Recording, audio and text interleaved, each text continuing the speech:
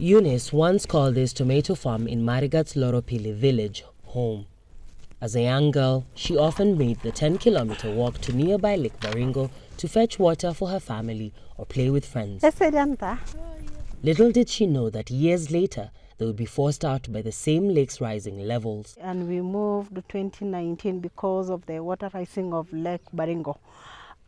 We came back just to dig or to cultivate this farm. We leased out to somebody to lease out to cultivate for 1 year.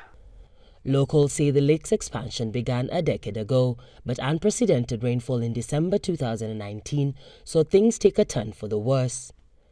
Kenya's meteorological department says there has been even more rain in the country's highlands in recent years, with a yearly average now well over 650 millimeters. Residents of villages in Marigat expected that when the rain stopped, the lake would retreat. Instead, it kept rising. In March 2020, as COVID spread, schools across the country were shut down and they reopened 7 months later. By that time, 11 in Marigat had been completely submerged.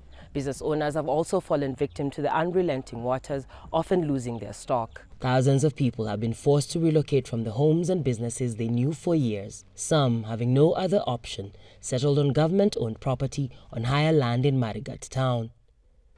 The internally displaced people's camp there currently hosts 500 families who lost not only their homes but also their livelihoods.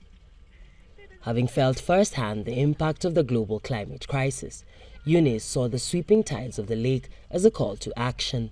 At Wanchandege, we train them on alternative livelihood, that is now the kitchen garden and even, or we can call it the farming.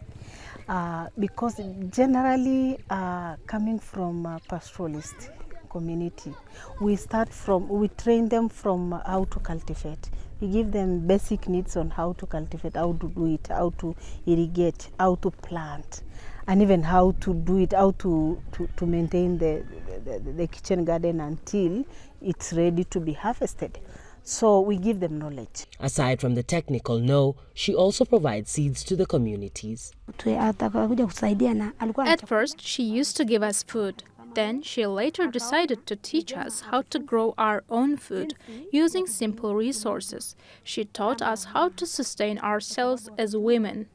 Many locals are afraid to go back to their land despite the water receding and have started leasing it to out-of-town farmers. This, according to experts, is a problem in itself. They're using a lot of fertilizer and a lot of chemicals to suppress the weeds, to suppress the insect, the aphids, finally polluting the soil. And that irrigation, that water will drain to the lake, finally become an ecological disaster to the fisheries resources.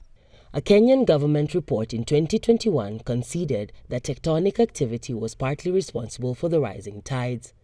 But it concluded that greater levels of rainfall caused by the climate crisis are ultimately to blame. Alexandria Majalla, Africa Matters, Kenya.